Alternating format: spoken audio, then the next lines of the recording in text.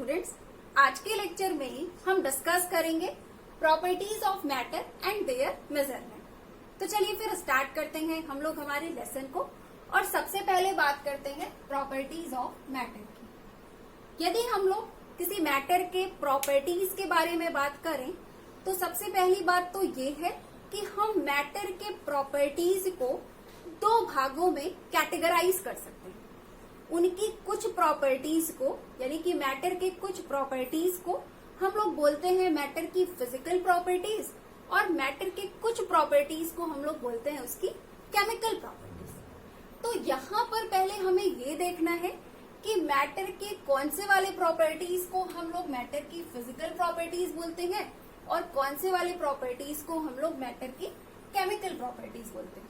Okay, तो चलिए पहले हम लोग फिजिकल प्रॉपर्टीज देखते हैं, देन उसके बाद हम लोग बात करेंगे केमिकल प्रॉपर्टीज की। तो बात कर लेते हैं फिजिकल प्रॉपर्टीज की। देखिए, किसी भी मैटर के ऐसी प्रॉपर्टीज जिनको कि ऑब्जर्व करने के लिए या मेजर करने के लिए या फिर जानने के लिए हमें किसी तरह की केमिकल रिएक्शन की नीड नहीं होती है, मैटर की उस तरह की प्रॉपर्टीज को हम लोग बोलते हैं मैटर की फिजिकल प्रॉपर्टीज। Like colour.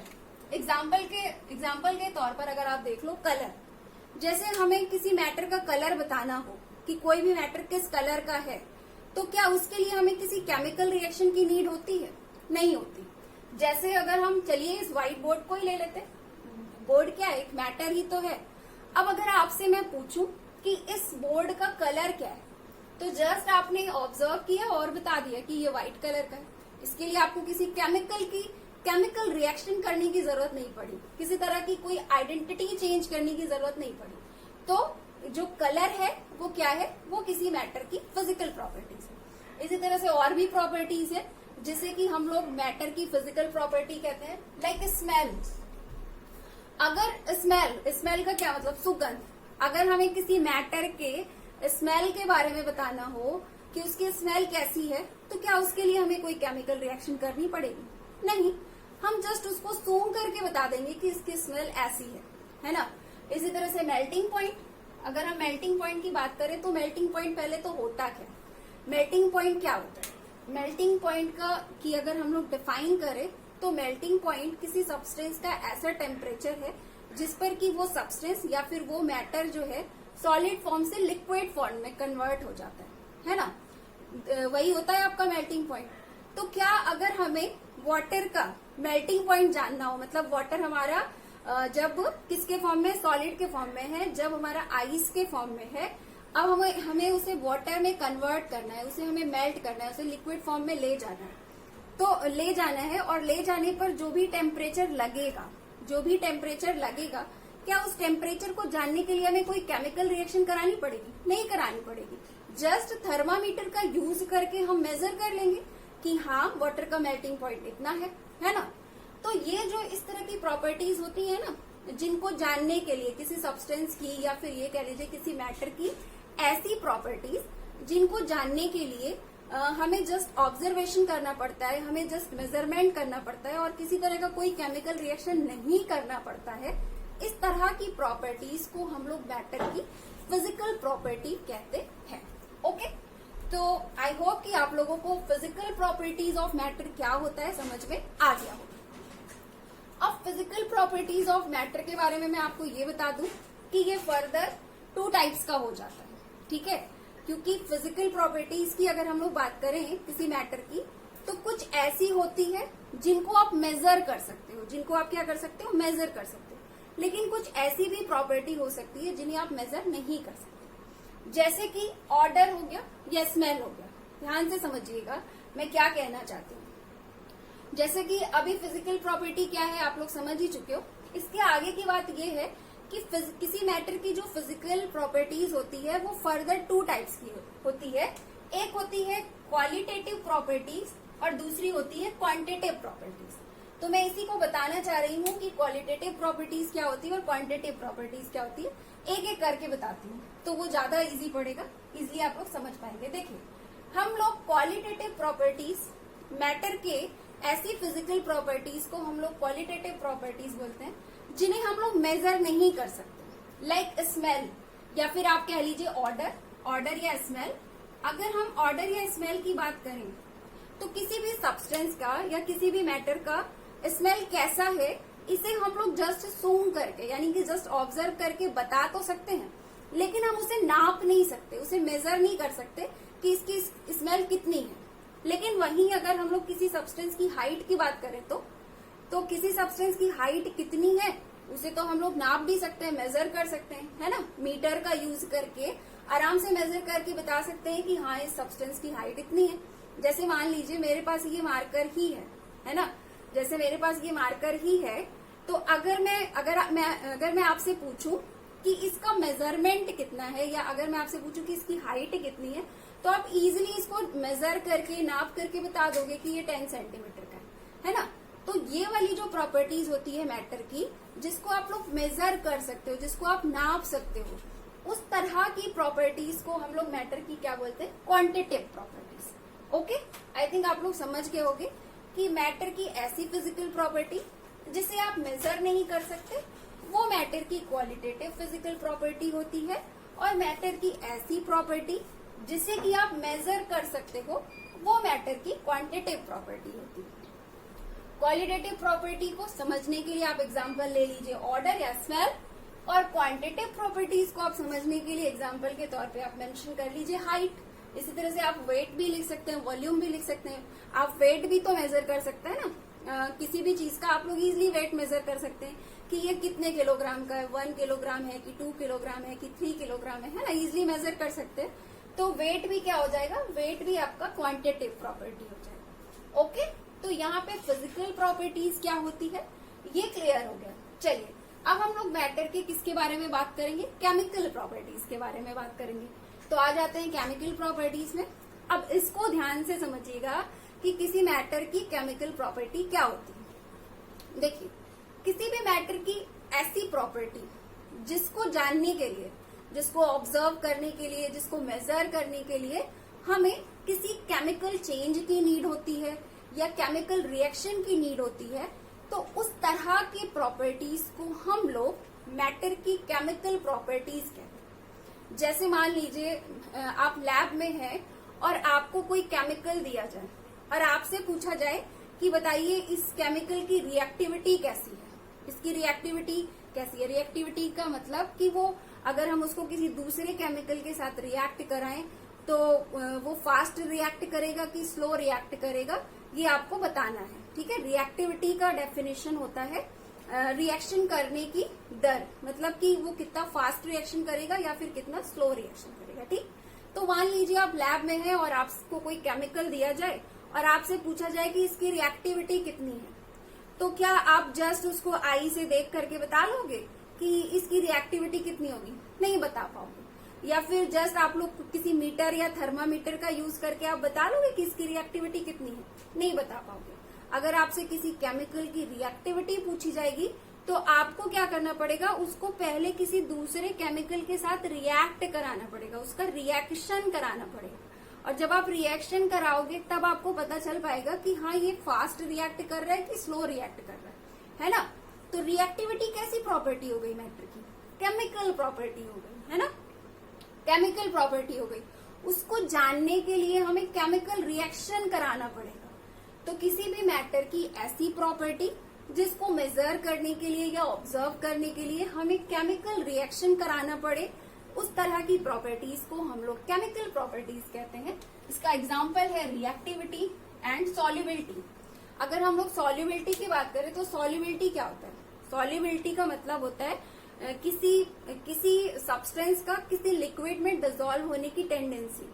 जैसे कि मान लीजिए मैं आपको एग्जांपल के तौर पे एकदम सिंपल वाला एग्जांपल लेती हूँ। चलिए, हमारे पास है वाटर। हमने क्या किया, हमने 1 ग्लास ऑफ वाटर लिया है और उसके बाद हमारे पास 1 टीस्पून सॉल्ट है एंड 1 टीस्पून ऑफ शुगर है। और मैं आपसे पूछूं कि बताइए इसमें इस वाटर में जो 1 ग्लास ऑफ वाटर है हमारे पास, इसमें शुगर की सॉल्युबिलिटी ज्यादा होगी या फिर सॉल्ट की सॉल्युबिलिटी ज्यादा होगी? मतलब सॉल्ट ज्यादा फास्ट घुलेगा पानी में या फिर आपका शुगर ज्यादा फास्ट घुलेगा? तो उसके लिए आपको क्या करना पड़ेगा, क्या आप ऐसे ही देख के बता लोगे? नहीं, आपको ऐसे जस्ट आप शुगर को और नमक को ऐसे जस्ट देख के तो नहीं बता पाओगे। उसके लिए आपको क्या करना पड़ेगा? उसके लिए आपको शुगर को वाटर में डिजोल्व करना पड़ेगा, घोलना पड़ेगा, और सॉल्ट को भी आपको वाटर में डिजोल्व करना पड़ेगा, घोलना पड़ेगा। तब आप देख पाओगे कि हाँ कौन सा फास्ट सॉल्युबल हो रहा है और कौन सा स्लो सॉल्युबल हो रहा है, कौन तेजी से घुल रहा है और कौन धीरे धीरे घुल रहा है ना। तब आप बता पाओगे कि किसकी सॉल्युबिलिटी ज्यादा है, किसकी सॉल्युबिलिटी कम है ना। तो जब ये जो सॉल्युबिलिटी आपने चेक किया, तो सॉल्युबिलिटी चेक करने के लिए आपको क्या करना पड़ा? वाटर में आपको शुगर को डिजोल्व करना पड़ा, यानी कि शुगर और वाटर का रिएक्शन कराना पड़ा, है ना। इसी तरह से सॉल्ट को आपको वाटर में डिजोल्व करना पड़ा, घोलना पड़ा, यानी कि सॉल्ट को और वाटर का आपस में रिएक्शन कराना पड़ा। तब जाकर के आप बता पाए कि किसकी सॉल्युबिलिटी ज्यादा है और किसकी सॉल्युबिलिटी कम है ना। तो ऐसी वाली प्रॉपर्टीज जिसको मेजर करने के लिए और ऑब्जर्व करने के लिए केमिकल रिएक्शन की नीड हो, रिएक्शन की नीड हो, उस तरह की प्रॉपर्टीज को आप क्या बोलेंगे? Chemical properties. तो आई होप कि आप लोग प्रॉपर्टीज ऑफ मैटर अभी तक अच्छे से समझ चुके होंगे। तो हमारा आज का टॉपिक क्या था? Properties of matter and there measurement. तो प्रॉपर्टीज तो हम लोग समझ गए, physical properties and chemical properties. अब क्या पढ़ना है हमें? मेजरमेंट। और किसका मेजरमेंट पढ़ना है? क्वांटिटेटिव प्रॉपर्टीज को। जिसको मेजर कर सकते हैं उसी का तो मेजरमेंट पढ़ेंगे ना, इसको तो हम लोग मेजर ही नहीं कर सकते क्वालिटेटिव प्रॉपर्टीज को। और केमिकल प्रॉपर्टीज भी हम लोग, केमिकल प्रॉपर्टीज जानना है तो उसके लिए हमें रिएक्शन कराना पड़ेगा। तो जो चीज डायरेक्टली मेजर की जा सकती है उसी का हमें मेजरमेंट पढ़ना है। यानी कि अब हमें बात करनी है इस क्वांटिटेटिव प्रॉपर्टीज की, इस क्वांटिटेटिव फिजिकल प्रॉपर्टीज के मेजरमेंट की। तो चलिए आ जाते हैं मेजरमेंट में। अब देखिए मेजरमेंट में अब देखिए, अगर हमें किसी भी मैटर का मेजरमेंट करना पड़े तो उसके लिए हमें किन चीजों की जरूरत पड़ती है, किन किन चीजों की जरूरत पड़ती है। मान लीजिए मैं आपको ये वाला मार्कर दे रही हूँ और मैं आपसे बोल रही हूँ कि इस मार्कर की हाइट को मेजर करके बताइए। तो आप क्या बताओगे? आप इसको मेजर करोगे, आप कुछ लोगे, कुछ इसको लोगे और इसको नाप करके बताओगे। और जब नाप करके आप बताओगे तो आप बोलोगे कि मैम ये तो अप्रोक्सीमेटली 10 सेंटीमीटर का है ना।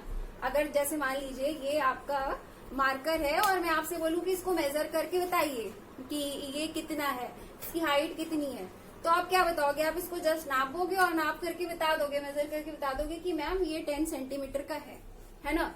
या फिर मैं आपको ये वाला मैटर दे दूं, अपना ये व्हाइट बोर्ड दे दूं और इससे बोलूं कि बताइए इसकी हाइट कितनी है, तो आप क्या करोगे? आप जस्ट इसको मेजर करोगे, यहाँ से हाइट को मेजर करोगे और बता दोगे कि मैम ये अप्रोक्सीमेटली 1.5 मीटर का है ना।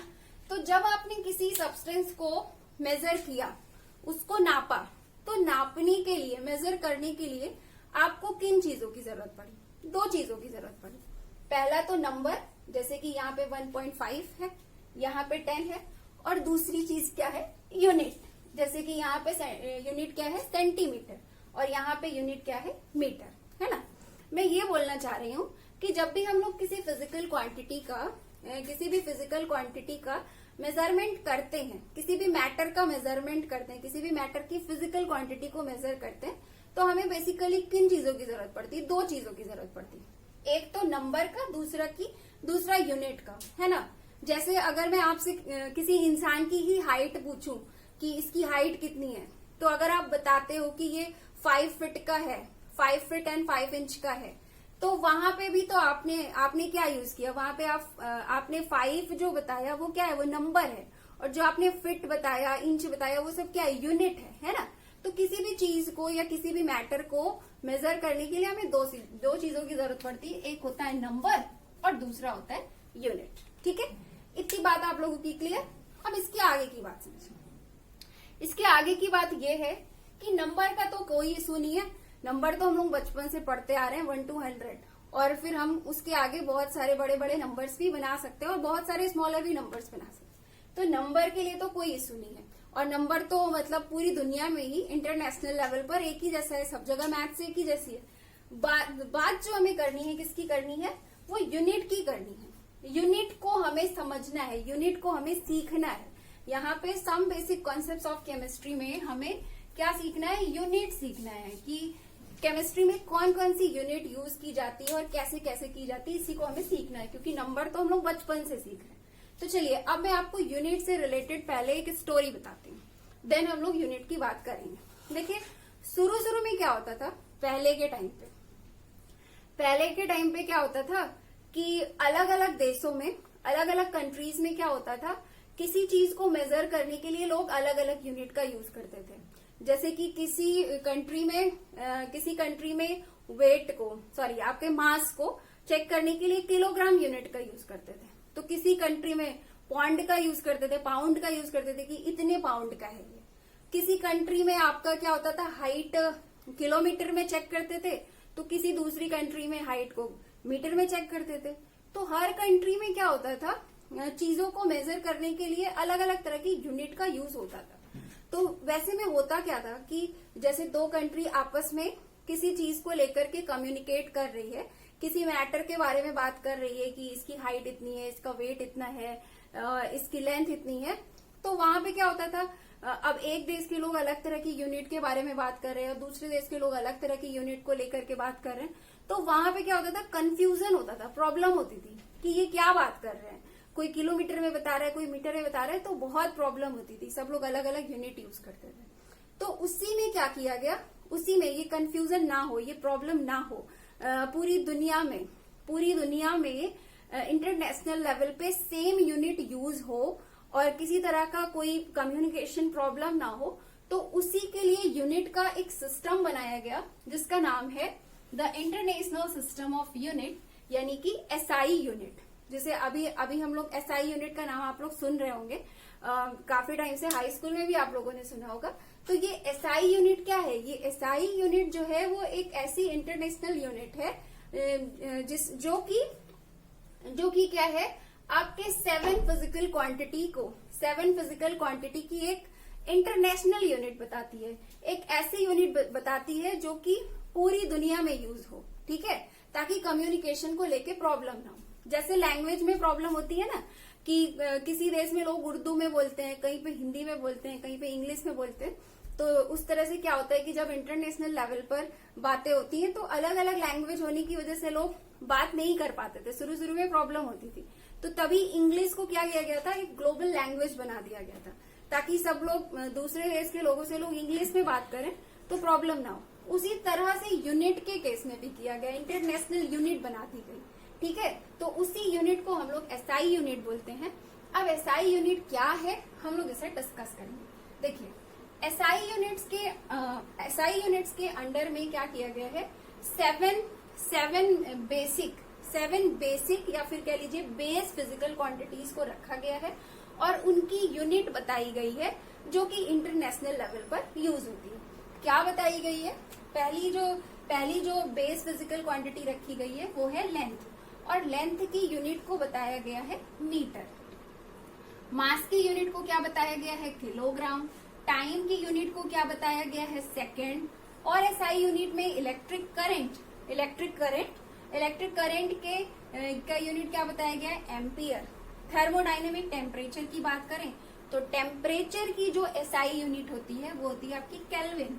इसी तरह से अमाउंट ऑफ सब्सटेंस की बात करें तो किसी सब्सटेंस का अमाउंट कितना है, उसकी मात्रा कितनी है, इस चीज को बताने के लिए एसआई यूनिट में रखा गया है मोल। इस चैप्टर में मोल आगे आएगा भी, हम लोग यहाँ पर मोल कॉन्सेप्ट डिस्कस भी करेंगे, ठीक है। उसके अलावा फिर यहाँ पे जो 7 बेस फिजिकल क्वांटिटी रखी गई है 7th नंबर पे, वो है आपकी ल्यूमिनस इंटेंसिटी, और इसकी यूनिट है एसआई यूनिट में कैंडेला, ठीक है। तो ये तो आपके 7 बेस फिजिकल क्वांटिटी हो गए और ये इसके यूनिट हो गए। तो ये सारे आपके क्वांटिटीज भी रखे गए, यूनिट तो बताए ही गए हैं, साथ ही साथ इनके सिंबल भी बताए गए। सिंबल भी देख लीजिए, लेंथ को रिप्रेजेंट करते हैं स्मॉल एल से, मास को स्मॉल एम से, टी को स्मॉल टी से, इलेक्ट्रिक करंट को आई से, थर्मोडायनेमिक टेम्परेचर को टी से, अमाउंट ऑफ सब्सटेंस को स्मॉल एन से, और ये ल्यूमिनस इंटेंसिटी को रिप्रेजेंट करते हैं कैपिटल आई स्मॉल वी। शायद यहाँ पर आप लोगों को दिखाई ना पड़ रहा हो, आई वी से, ठीक है, कैपिटल आई बनाइएगा, स्मॉल वी। और ये जो आपके यूनिट्स हैं इनको भी कैसे रिप्रेजेंट करना है ये भी बताया गया है। मीटर को करते हैं स्मॉल एम में, किलोग्राम को केजी में, सेकंड को स्मॉल एस, एम्पियर को कैपिटल ए, केल्विन को कैपिटल के, मोल को MOL, तीनों स्मॉल रखिएगा मोल, और कैंडेला को CD, शायद यहाँ पे दिख ना रहा हो, मैं बता देती हूँ, आपका कैपिटल C स्मॉल d है कैंडेला का एब्रिविएशन। ठीक है, तो यहाँ पे हमारा सिस्टम इंटरनेशनल की बात भी हो गई है। चलिए अब हम लोग इसके आगे का टॉपिक डिस्कस करते हैं। तो बच्चों, जो हमारे 7 बेसिक क्वांटिटीज है उसकी हम लोगों ने SI यूनिट देख ली है। अब हम लोग बात करेंगे डिराइव्ड यूनिट्स की। तो अब आप लोग सोच रहे होंगे कि अब ये डिराइव्ड यूनिट्स क्या है। अभी तो जस्ट हम लोगों ने इंटरनेशनल सिस्टम ऑफ यूनिट को पढ़ा, वहां पर हम लोगों ने 7 बेसिक क्वांटिटीज को लिया और उसके यूनिट्स को देखा। तो वो सारे 7 बेस यूनिट्स तो हमारे क्लियर हो गए। अब ये डिराइव यूनिट्स क्या है तो दोनों ही यूनिट, दोनों में फर्क क्या है ना। तो चलिए मैं आपको बताती हूँ कि डिराइव्ड यूनिट्स क्या है। देखिए, जो हमारा SI सिस्टम है उसने जब ये यूनिट का पैटर्न निकाला तो उसने क्या किया, वहां पे उसने सिर्फ 7 बेस क्वांटिटीज को लिया जो कि आप लोगों ने अभी देखा है ना, और सिर्फ उसी के यूनिट्स को बताया जो कि जस्ट अभी आप लोगों ने चार्ट बनाया। तो वहां पे तो सिर्फ 7 क्वांटिटीज ही है। अब बाकी क्वांटिटीज का क्या, जो उस चार्ट में नहीं है, उनकी यूनिट को हम कैसे डिसाइड करेंगे कि क्या होगी क्या नहीं होगी। तो उसके लिए सिस्टम इंटरनेशनल का क्या कहना था, SI यूनिट का क्या कहना था कि आप ये 7 बेस यूनिट को रखिए, इसको प्रिपेयर कर लीजिए, मतलब इसे याद कर लीजिए, रिमेम्बर कर लीजिए, फिर इसी का यूज करके जो बचे हुए आपकी क्वांटिटीज है, लाइक आपका वॉल्यूम है, डेंसिटी है, इन सब का जो यूनिट है आप उन्हीं का यूज करके डिराइव कर लीजिए, है ना। जैसे हम लोग फिजिक्स में करते हैं ना, डेरिवेशन करते हैं, तो जस्ट वैसे ही हम लोग यहाँ पे केमिस्ट्री में भी क्या करेंगे, यूनिट को डिराइव कर लेंगे। जो भी हमारे उस चार्ट में नहीं है, जो भी उन 7 बेसिक क्वांटिटीज के अलावा जो बाकी की क्वांटिटीज है, उनके लिए अगर हमें यूनिट की जरूरत पड़ेगी तो हम क्या करेंगे, उनको हम डिराइव कर लेंगे। किसकी हेल्प से कर लेंगे, उन्हीं 7 बेस क्वांटिटीज के यूनिट की हेल्प से कर लेंगे। जैसे कि मैं इस चीज को आपको एग्जाम्पल के थ्रू बताती हूँ। देखिए, जैसे यहाँ पे वॉल्यूम है हमारे पास, ठीक है, हमें कोई क्यूब दिया गया है और हमसे कहा गया है कि क्यूब का वॉल्यूम बताइए। सॉरी, क्यूब का वॉल्यूम नहीं बताना है, हमें क्यूब के वॉल्यूम की यूनिट बताना है। ठीक है, हमें कोई क्यूब दिया गया और हमें कहा गया कि इसके लिए वॉल्यूम की यूनिट डिराइव करिए, इसके वॉल्यूम की यूनिट बताइए। तो हम कैसे डिराइव करेंगे, इस चीज को समझिए। उसके लिए हम क्या करेंगे, पहले तो हम अपनी मैथमेटिक्स लगाएंगे। जैसे कि हम लोग जानते हैं क्यूब के लिए वॉल्यूम का फॉर्मूला क्या होता है, वॉल्यूम इज इक्वल टू क्या होता है, वॉल्यूम इज इक्वल टू हमें पता है height into length into width, है ना। तो height into length into width, है ना, यही होता है। तो अभी क्यूब के लिए क्या होता है, क्यूब के लिए तीनों ही चीजें बराबर होती है ना, तीनों ही चीजें बराबर होती है। तो हम लिख सकते हैं ना कि volume is equal to L into L into L, है ना, यानी कि height with length L into L into L. या फिर हम लोग ऐसे भी लिख सकते हैं ना कि volume is equal to L cube, है ना। अब देखिए, यहाँ तक की बात तो हमने हमारे अभी तक के नॉलेज से कर ली। जो भी हमें मैथ्स की, साइंस की नॉलेज है वो तो हमने यहाँ पर लगा के यहाँ तक बात पहुंच गई। तो अब हमें क्या करना है, हमें अब निकालनी है यूनिट। तो यूनिट कैसे निकालेंगे, तो ये जो स्मॉल एल है, स्मॉल एल, इसकी यूनिट आप अपने SI वाले चार्ट में देखिए क्या है। अभी आप जस्ट जो मैंने चार्ट यहाँ पर बनाया था ना SI सिस्टम वाला, जो 7 बेस क्वांटिटीज मैंने आपको बताया था, उसमें इसका स्मॉल एल का फटाफट से आप लोग देखिए यूनिट क्या है। यूनिट वहां पर आपको मिलेगी मीटर, है ना। तो जब इसकी यूनिट मीटर है तो फिर वॉल्यूम की यूनिट क्या हो जाएगी, मीटर क्यूब, है ना। तो हम लोगों ने डिराइव कर लिया ना, उसी हमारे जो 7 बेस क्वांटिटीज की यूनिट है उन्हीं का यूज करके हमने इसकी यूनिट को डिराइव कर लिया। इसी तरह से चलिए हम लोग डेंसिटी का डिराइव करते हैं। कैसे करेंगे, डेंसिटी इज इक्वल टू क्या होता है, डेंसिटी इज इक्वल टू हम सबको पता है, पहले से पता है कि डेंसिटी इज इक्वल टू होता है मास अपॉन वॉल्यूम। अब यहाँ तक की बात तो हमें पता है, अभी तक के जो भी हमारे मैथ्स के और साइंस की नॉलेज है आप लोगों की हाई स्कूल तक की, उसके अकॉर्डिंग आपको ये पता है कि डेंसिटी इज इक्वल टू क्या होता है, मास अपॉन वॉल्यूम। अब आप क्या करिए, अभी आप लोग उन्हीं 7 बेस क्वांटिटीज में इनकी यूनिट को देखिए, इसमें पुट करिए और डेंसिटी की यूनिट इजिली निकाल लीजिए। तो क्या होती है मास की यूनिट? देखिए अपने चार्ट में मास की यूनिट क्या होती है? मास की यूनिट किलोग्राम होती है। SI सिस्टम में मास की यूनिट क्या होती है? किलोग्राम होती है। और वॉल्यूम की यूनिट क्या होती है? वॉल्यूम की यूनिट होती है मीटर क्यूब। जस्ट अभी हम लोगों ने यहाँ पर इसको भी ड्राइव किया, तो बस हमने क्या किया, यहाँ पे हमारी यूनिट को पुट कर दिया और हमें मिल गई डेंसिटी की यूनिट, किलोग्राम पर मीटर क्यूब। ठीक है, तो हो गया ना ये सिंपल। चलिए अब आ जाते हैं हम लोग हमारे नेक्स्ट टॉपिक पे। अब नेक्स्ट टॉपिक हमारा क्या है? नेक्स्ट टॉपिक है हमारा prefixes used in SI system. देखिए SI सिस्टम ने ना कुछ प्रीफिक्सेस भी दिए। देखिए SI सिस्टम ने पहले 7 बेस यूनिट दे दी, फिर साथ में आपको ये बता दी कि जो भी इसमें नहीं है उसको आप डिराइव कर लीजिए। अब जो तीसरी चीज दी है उसने कुछ प्रीफिक्स दिया है। अब ये प्रीफिक्सेस क्या है और इनका क्या यूज है, अब मैं आपको ये बताती हूँ। देखिए इसको, इन प्रीफिक्सेस का क्या यूज है, इस चीज को समझने के लिए पहले हमें थोड़ा सा एक बेसिक डिस्कशन करना पड़ेगा। और वो बेसिक डिस्कशन ये है कि हमें केमिस्ट्री में क्या करना पड़ता है, बहुत ही स्मॉलर क्वांटिटीज से भी डील करना पड़ता है और बहुत ही ज्यादा बिगर क्वांटिटीज से भी डील करना पड़ता है। अब आप लोग सोचेंगे कैसे हमें बहुत स्मॉलर क्वांटिटीज से भी डील करना पड़ता है और कैसे बिगर क्वांटिटीज से भी डील करना पड़ता है। देखिए मेरी बात को ध्यान से सुनिएगा। देखिए केमिस्ट्री में जब भी हम लोग किसी मैटर में नंबर ऑफ एटम्स की बात करते हैं या नंबर ऑफ मॉलिक्यूल्स की बात करते हैं, तो आपको पता है कि किसी भी मैटर में नंबर ऑफ एटम्स या नंबर ऑफ मॉलिक्यूल्स जो होते हैं वो बहुत ज्यादा होता है, करोड़ों से भी ज्यादा के नंबर्स में होते हैं, है ना, बहुत ज्यादा नंबर्स में होते हैं। हमारे लिए काउंट कर पाना इम्पॉसिबल है ना। तो जब भी क्या होता है, जब भी नंबर ऑफ एटम्स की बात होती है या नंबर ऑफ मॉलिक्यूल्स की बात होती है, तो उस केस में हमें बहुत ज्यादा बड़ी क्वांटिटी से डील करना पड़ रहा है ना। आप देख ही रहे हैं, हमें करोड़ों में बात करनी पड़ रही है कि इसमें इतने करोड़ एटम्स है या इतने करोड़ मॉलिक्यूल्स है, बड़ी बड़ी क्वांटिटीज के बारे में बात करनी पड़ रही है। लेकिन वहीं केमिस्ट्री में जब हमसे क्या किया जाता है कि हमारे इन्हीं एटम्स के या मॉलिक्यूल्स के रेडियस के बारे में बात कर लिया जाता है या साइज के बारे में बात कर लिया जाता है, तो सोचिए कि इनकी साइज कितनी छोटी होती है, बहुत छोटी होती है, बहुत छोटी, है ना। मतलब हम लोग तो उसे नेकेड आई से देख भी नहीं सकते। तो इसकी अब वहीं पे अगर उन्हीं एटम्स के मॉलिक्यूल्स के साइज की बात कर ली जाती है तो साइज बहुत छोटी होती है। तो जब साइज वाइज की बात की जाती है केमिस्ट्री में एटम्स के मॉलिक्यूल्स के, तो उस केस में क्या होता है, उस केस में हमें बहुत ही स्मॉलर क्वांटिटीज से डील करना पड़ता है, बहुत ही स्मॉलर क्वांटिटीज के बारे में बात करना पड़ जाता है ना। तो केमिस्ट्री में काफी देखा जाए तो कैलकुलेशन काफी कॉम्प्लिकेटेड हो सकता है। जैसे अगर हम लोग सिर्फ नॉर्मल यूनिट्स का ही यूज करके अगर केमिस्ट्री लैब में कैलकुलेशन करेंगे तो बहुत ज्यादा प्रॉब्लम हो जाएगी, क्योंकि केमिस्ट्री में हमें बहुत स्मॉलर क्वांटिटीज से भी डील करना पड़ता है, बहुत ही ज्यादा बिगर क्वांटिटीज से भी डील करना पड़ता है ना। तो उन चीजों को इजी करने के लिए, उन चीजों को समझाने के लिए, इजी करने के लिए SI सिस्टम ने कुछ प्रीफिक्सेस बनाया है।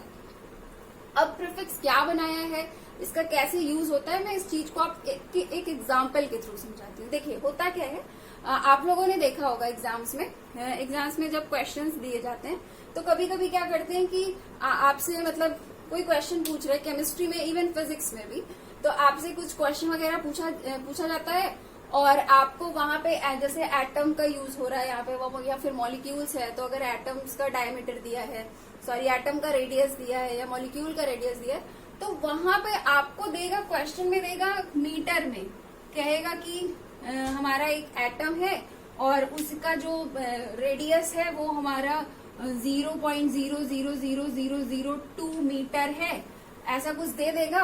और मान लीजिए बाद में आपसे कुछ कैलकुलेट करवा रहा है और आपसे कुछ क्वेश्चन में कुछ ऐसा दिया हुआ है और आपको फिर कुछ कैलकुलेट करने के लिए दे रहा है, या फिर आपसे यही पूछ रहा है कि हमारा एटम या मॉलिक्यूल है वो इतने मीटर का है, उसका मतलब रेडियस या फिर साइज कह लीजिए इतने मीटर है, तो अब आप उसका हमें रेडियस पिकोमीटर में बताइए, या फिर अब हमें आप उसका आंसर नैनोमीटर में बताइए।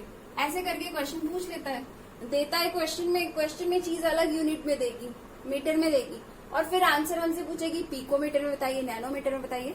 तो उस केस में कितनी प्रॉब्लम होती है ना, कि हम लोग कंफ्यूज हो जाते हैं कि ये क्या है, ये मीटर में दे रखा है क्वेश्चन में और फिर हमसे आंसर पिकोमीटर में कह रहा है, यूनिट चेंज कर दिया, अब हम कैसे करें। तो उस केस उन्हीं सब चीजों के लिए, इन्हीं सारी प्रॉब्लम्स को जो लैब में होती है या हमें क्वेश्चन सॉल्व करने के दौरान होती है, इन्हीं सब चीजों को सॉल्व करने के लिए ही एसआई सिस्टम ने ये प्रीफिक्सेस निकाला था। क्या है प्रीफिक्सेस, आप लोग देख लीजिए। देखिए 1 पिकोमीटर इज इक्वल टू होता है 10 to the power -12 metre. 1 nanometre is equal to क्या होता है 10 to the power -9 मीटर।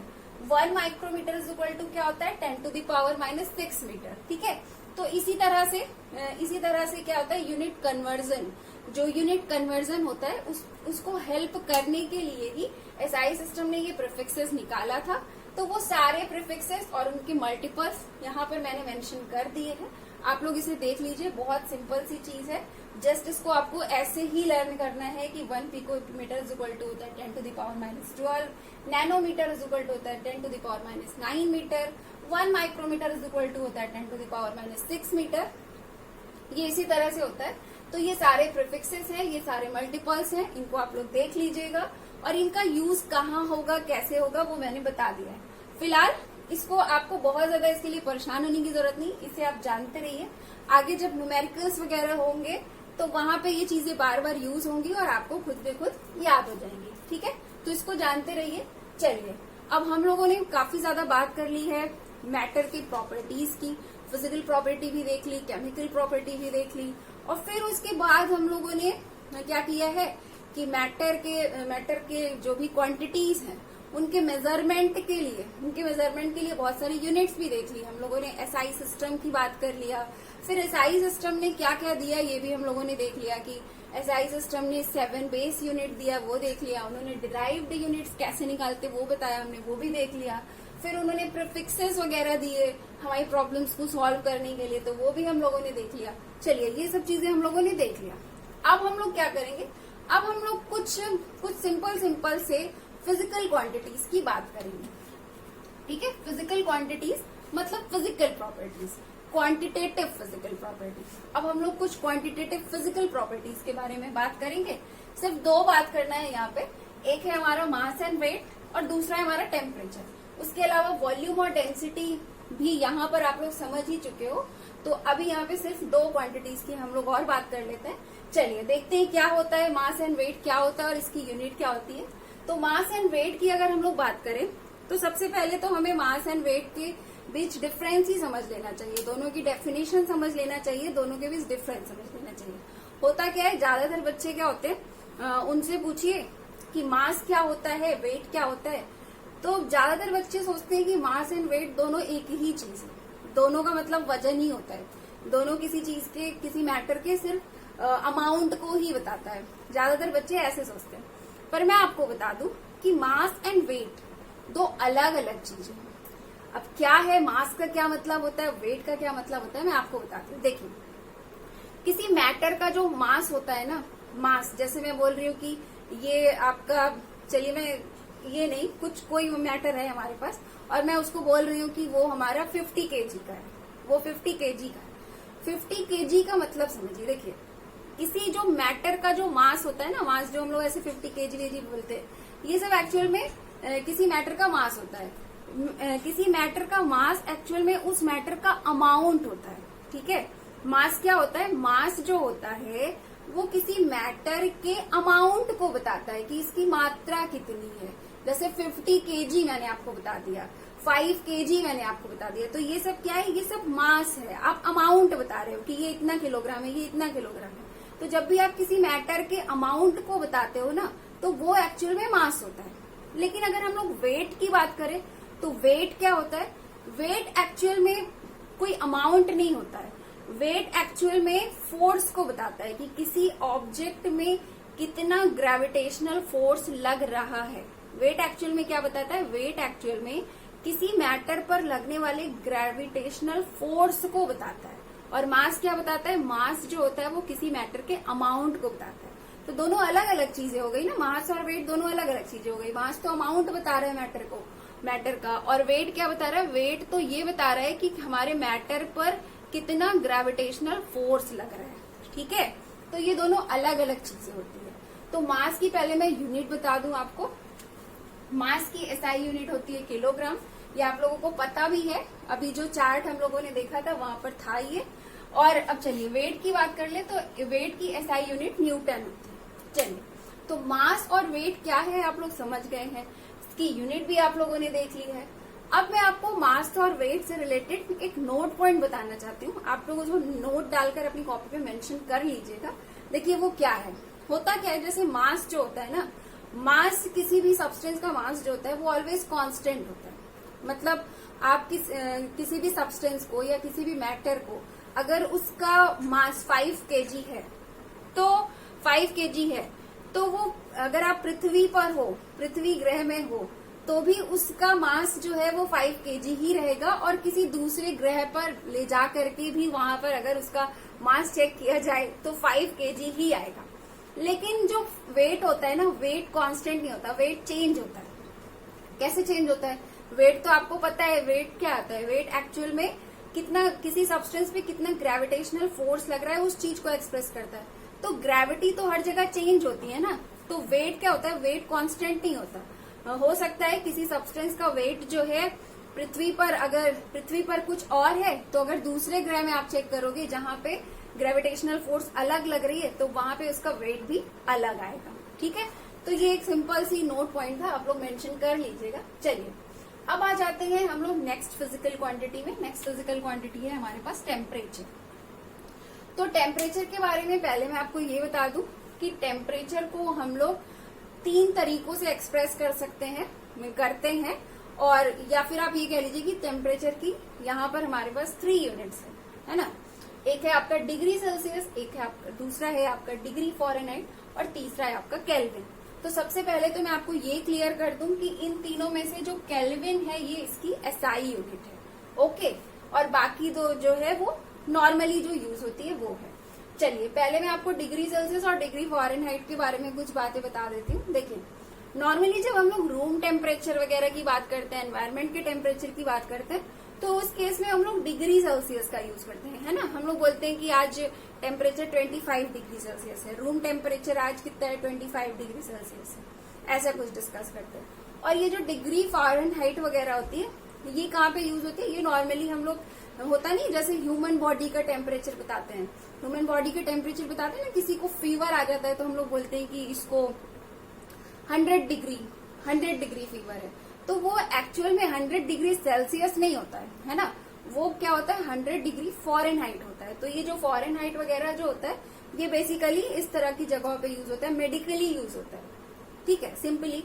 या फिर केमिस्ट्री लैब में भी इसका काफी ज्यादा यूज होता है डिग्री फ़ारेनहाइट का। और जो सबसे ज्यादा जनरल, हम लोग सबसे ज्यादा जनरली जो हमारे जनरल लाइफ में जो टेम्परेचर की जिस यूनिट को सबसे ज्यादा यूज करते हैं वो आपकी डिग्री सेल्सियस, ठीक है। तो ये जस्ट टेम्परेचर के बारे में कुछ सिंपल सी बातें थी। हाँ, यहाँ पर जो आपके लिए इम्पोर्टेंट है वो ये है कि यहाँ पे डिग्री सेल्सियस को, मतलब फ़ारेनहाइट को डिग्री सेल्सियस में कन्वर्ट करने के लिए एग्जाम में आता है, डिग्री सेल्सियस को फ़ारेनहाइट में कन्वर्ट करने के लिए आता है। तो इसके लिए हमारे पास फॉर्मूला है, आप चाहो तो इन दोनों को एक दूसरे को इंटर कन्वर्ट कर सकते हो। तो इसके लिए हमारे पास यहाँ पे फॉर्मूला है, मैंने मेंशन कर दिया है। अगर आपको डिग्री फ़ारेनहाइट पता है तो आप डिग्री सेल्सियस कैलकुलेट कर सकते हो, आपको डिग्री सेल्सियस पता है तो आप डिग्री फ़ारेनहाइट कैलकुलेट कर सकते हो, ठीक है। तो आप लोग भी इस फॉर्मूले को मेंशन कर लीजिए, इम्पोर्टेंट है ये। चलिए अब इस फॉर्मूले का यूज कैसे करना है, इसके लिए मैं आपको एक छोटा सा सवाल बता देती हूँ। मान लीजिए आपको टेम्परेचर कहीं पर डिग्री सेल्सियस में 25 डिग्री सेल्सियस दे रखा है और आपसे पूछ रहा है कि बताइए डिग्री फ़ारेनहाइट में क्या होगा। किसी सब्सटेंस का टेम्परेचर डिग्री सेल्सियस में दिया है 25 डिग्री सेल्सियस और आपसे पूछ रहे डिग्री फ़ारेनहाइट में क्या होगा। तो सिंपल सी चीज है, जस्ट ये वाला फॉर्मूला आप उठाइए, रखिए, क्या हो जाएगा फॉर्मूले में 9/5 की जगह 9/5 ही रहेगा, डिग्री सेल्सियस की जगह क्या हो जाएगा, डिग्री सेल्सियस की जगह इसकी वैल्यू पुट कर दीजिए इंटू 25 प्लस 32, है ना। फिर उसके बाद आप कैलकुलेट कर लीजिए क्या हो जाएगा, 5/5 = 25 और 9/5 = 45 प्लस 32, 77 डिग्री फ़ारेनहाइट आ गया। तो इस तरह से तो आप लोग डिग्री सेल्सियस को डिग्री फ़ारेनहाइट में कन्वर्ट कर सकते हो।